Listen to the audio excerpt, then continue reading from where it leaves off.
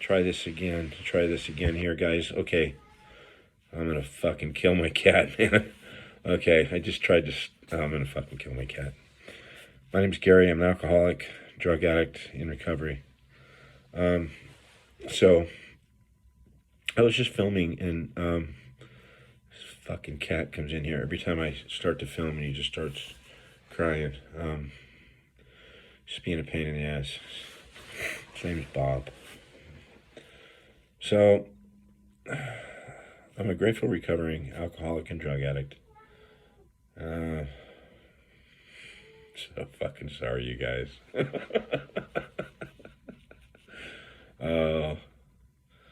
Anyways, I can't take life too seriously.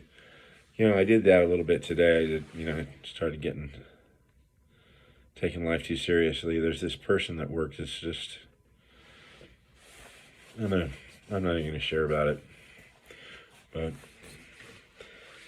they're just not a happy person. So, I can't allow them to knock me off my game. So, I got to remember, that, I'm an idiot sometimes because I allow people to knock me out of my happiness. I give them the power, right, to make me unhappy. And I got to remember, these fucking people aren't my God, right? So I don't have to apologize to anybody for depending on God, but I trust. I got to remember, I'm now on a different basis, the basis of trusting and relying upon God. I trust infinite God rather than my finite self. And I'm in the world to play the role that He assigns, right? And sometimes I get confused on what that looks like. The role. I'm in the world to play the role that He assigns. It talks about that in the Big Book, and I know my God doesn't want me walking around being an asshole. And, there's people in life that just want to act like idiots during the day. And, it's, when I can step back and look at it from an entirely different point of view and either say, this is a really sick person, and, this person that got under my skin today is not well, just not well. And so when people offend us, it talks about it in the Big Book. When people offend us, we say to ourselves, this is a sick person, and I wouldn't treat a sick person, in a mean or poor way. And I didn't. I didn't. I kept my cool today, and got close. I do have to remember that this person's not well, and I often am not well, but yeah, I'm not going to get all into that shit. I'm not going to give it any more power, actually, but I allowed somebody to knock me off my game for about 5 minutes today. So, anyways, I'm looking forward to the weekend and just sleeping in. I just got back from my son's memorial service. It was in California. And I got back. I drove, not straight through. I slept for a few hours, pulled over and just slept in the truck, and then just kept driving from California to Austin, Texas. Southern California to Austin, Texas. So I was tired on Thursday when I got to work. I had a few hours sleep, and then I ended up oversleeping today. My fucking cat, I swear to God, man. He's being a pain in the ass. But I overslept today and started the day off, late for work and all that stuff. But I'm looking forward to the weekend. So what I'm going to do is I'm going to have an AA weekend. I'm going to sleep in. And it got real cold here in Austin, so I'm going to put some blankets on the bed. And I don't turn the heater on because it affects my sinuses, and I'm suffering right now with the allergies and all that stuff. But I'm going to have an AA weekend. So I'll get up tomorrow, and I throw my dog in the truck. I roll the windows down, and he hangs his head out the window and does windsurfing, and we ride up to Starbucks, and then probably hit the car wash and wash my truck and play some loud country music. And I found some really good stuff on. I'll turn you guys onto a song. I'll figure out how to get it on my channel or whatever. But it's about just like finding God, and if you like country music, it's about finding God and just finding God and spending some time with God.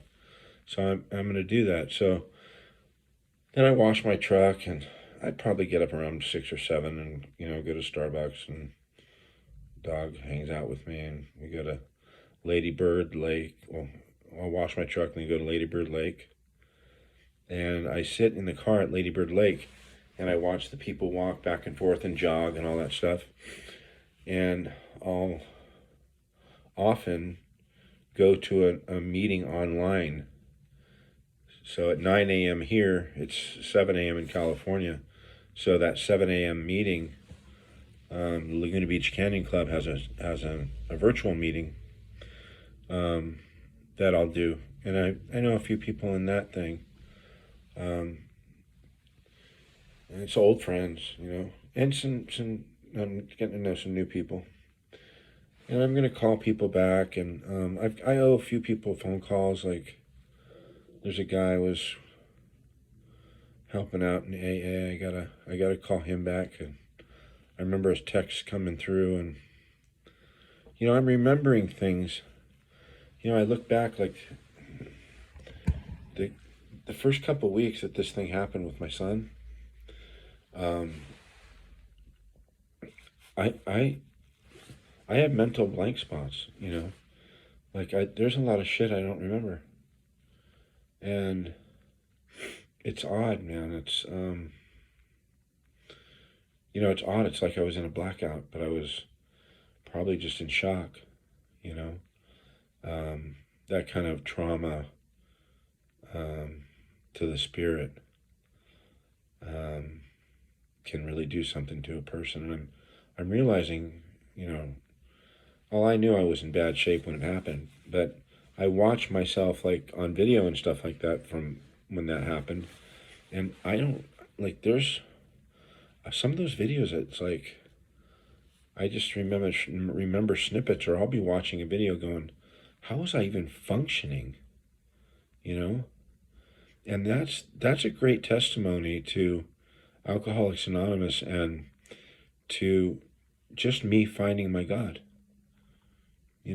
What a great testimony that is, to be able to look at those videos and think, how was I even functioning? Because I know a lot of those days, maybe some of those days that I even made some of those videos back when I lost my son 8 weeks ago or 8.5 weeks ago, I was in the fetal position on the floor in my bed, or just bawling my fucking head off, or contemplating,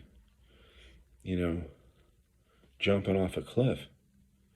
I never really got, I had my moments,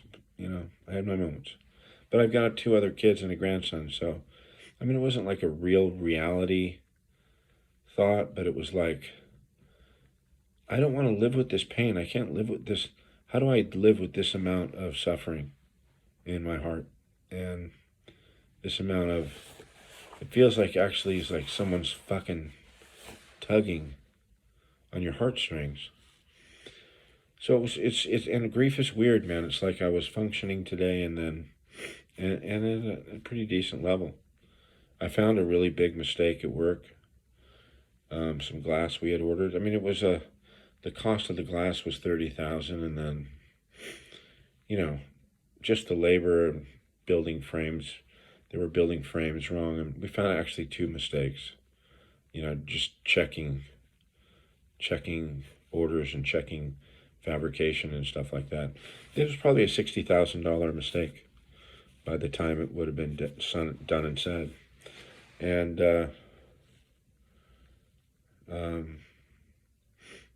I wouldn't have caught that if I was drinking or using. I know that. I'd have had my head up my ass. I'd have been worried about some other bullshit thing going on. But it felt good to catch that mistake today. And yeah, it felt good. And I'm not patting myself on the back. Well, I kind of am. I'm actually patting, Sobriety and the program on the back. And I can, humbly say, I did that because I was sober. And I know I wouldn't have caught those mistakes being fucked up. And I look back at the videos, some of these videos that I've made, and I can't even believe I was functioning. What a great testimony to my faith that is, and my belief in this program, and how I've got all my eggs in this basket called Alcoholics Anonymous for my sole purpose of recovery from drugs and alcohol. And it's not, it's not just me. It's not a me deal. It's a we thing, and we do it together. And I've done it with people in AA, family members, people, you guys that leave me comments and we interact back and forth on text, emails, and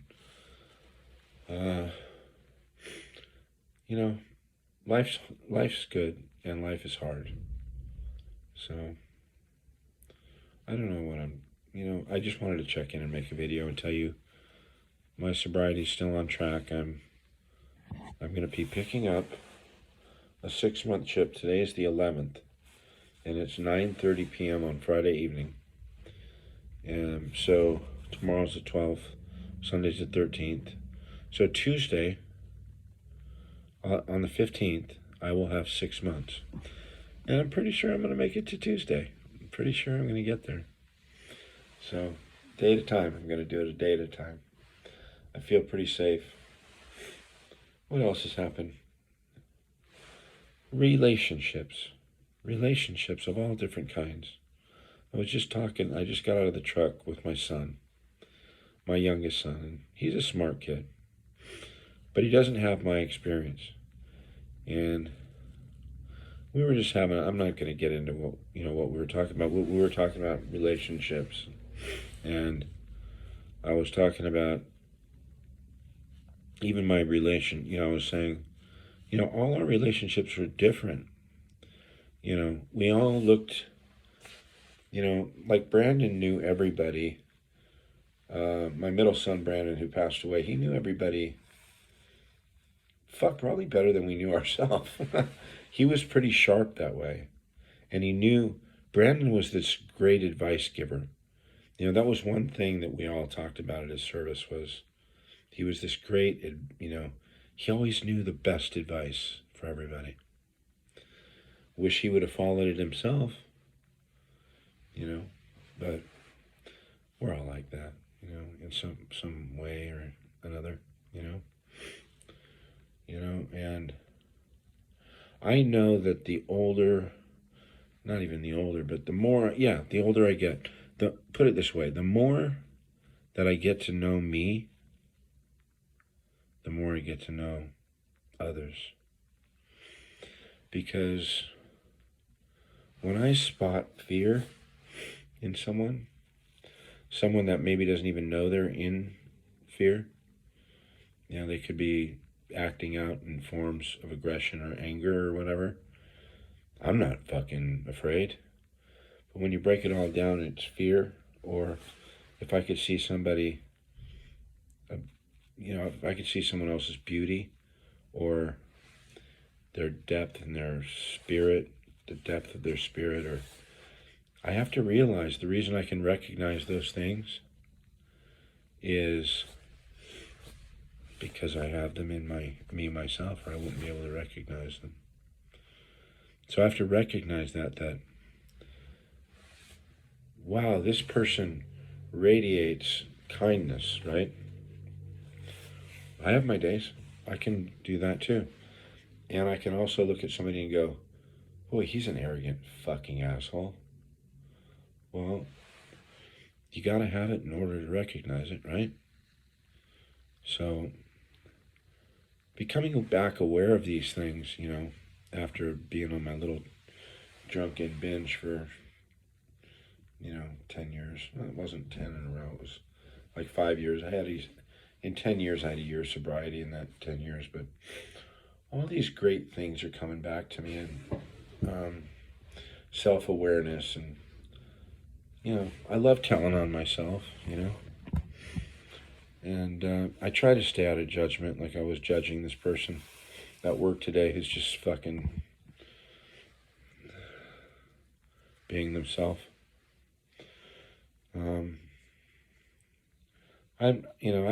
One thing that I don't want to do is walk through this world unhappy, whether I'm at work or whether I'm, at a ball game or just kicking back in my living room. I want to be happy, joyous, and free. I don't want to be owned by anything. And I don't want to be a miserable bitch to anybody either. Like, I don't want to be crawling up people's ass for anything. There's a proper way to communicate with people, and I fall off the track sometimes, but at least, I'm on this different basis, the one I talked about when I started the video, trusting and relying upon God. And the way I do that is through the 12 steps. I find my God in the 3rd step prayer. I admit I'm an alcoholic and my life is unmanageable. No human power can relieve my alcoholism, man. I come to believe that there's a power greater than myself that can restore me to sanity. And then I ask God through the 3rd step prayer, God, I offer myself to thee to build with me and do with me as thou wilt. Relieve me of the bondage of self. And that's my bondage right there. Those are my sober handcuffs. I've been calling it. My sober handcuffs is my bondage. And it's self. It's created by self. And it's when I'm just emerged in self and thinking about me, then I'm in bondage. So I don't want to live that way. Anyways, you guys, sorry if it was kind of not a real upbeat video, but I'm tired, and I'll make it more upbeat tomorrow for you. Keep your comments rolling. I noticed the videos have kind of tapered off, and I do these little shorts too. I've been doing that, and those work out well. I get a lot of, I got like 1,000 views on Instagram in a couple days on one of those shorts, and that was a lot, man. None of these videos I do here get a lot of hits, or a lot of views on YouTube. Maybe 50 or 150, or one I think like pulled 1,000 and one pulled 1,500. But I'm gonna keep making them because I think they're helping people, and there's a lady I got to answer back tonight before I go to bed, that I read her comments today, and she was like, you gave me so much strength, and I've stopped. I haven't been drinking, and she wasn't consuming, I don't know what she was consuming, but it wasn't a lot. Probably a lot for her. But, you know, I have a tolerance of an elephant when it comes to this stuff. Any of it. But probably not a good thing.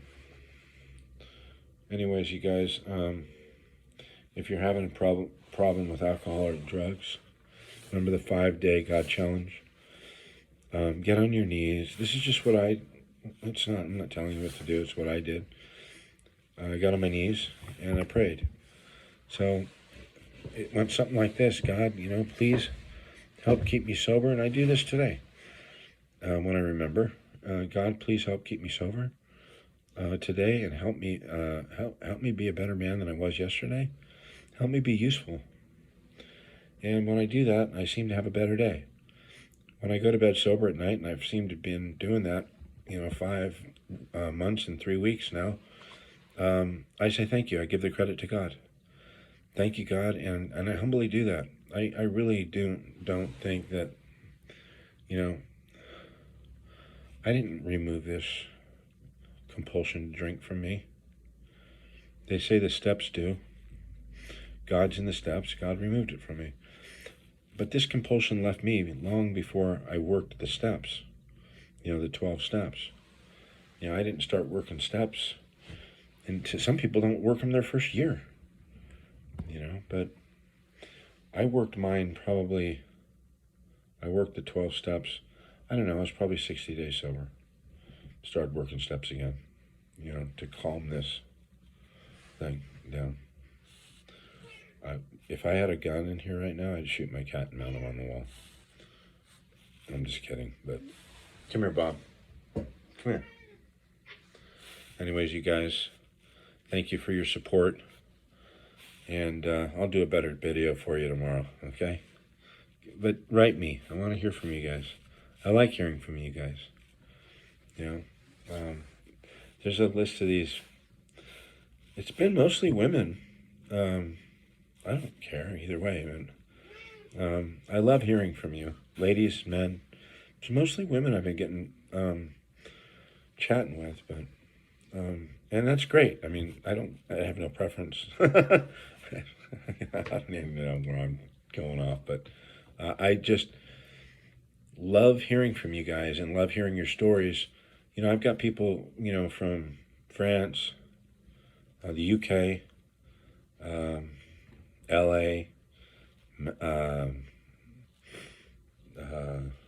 Florida. This is good shit, man. And I look forward to those interactions with you guys. I mean, I do. I like driving home today. I was bawling my eyes out today. I don't know. I had a good day, but I was bawling my eyes out, living with grief. But I thought of them. Well, when I get home, I get to message, my new friends.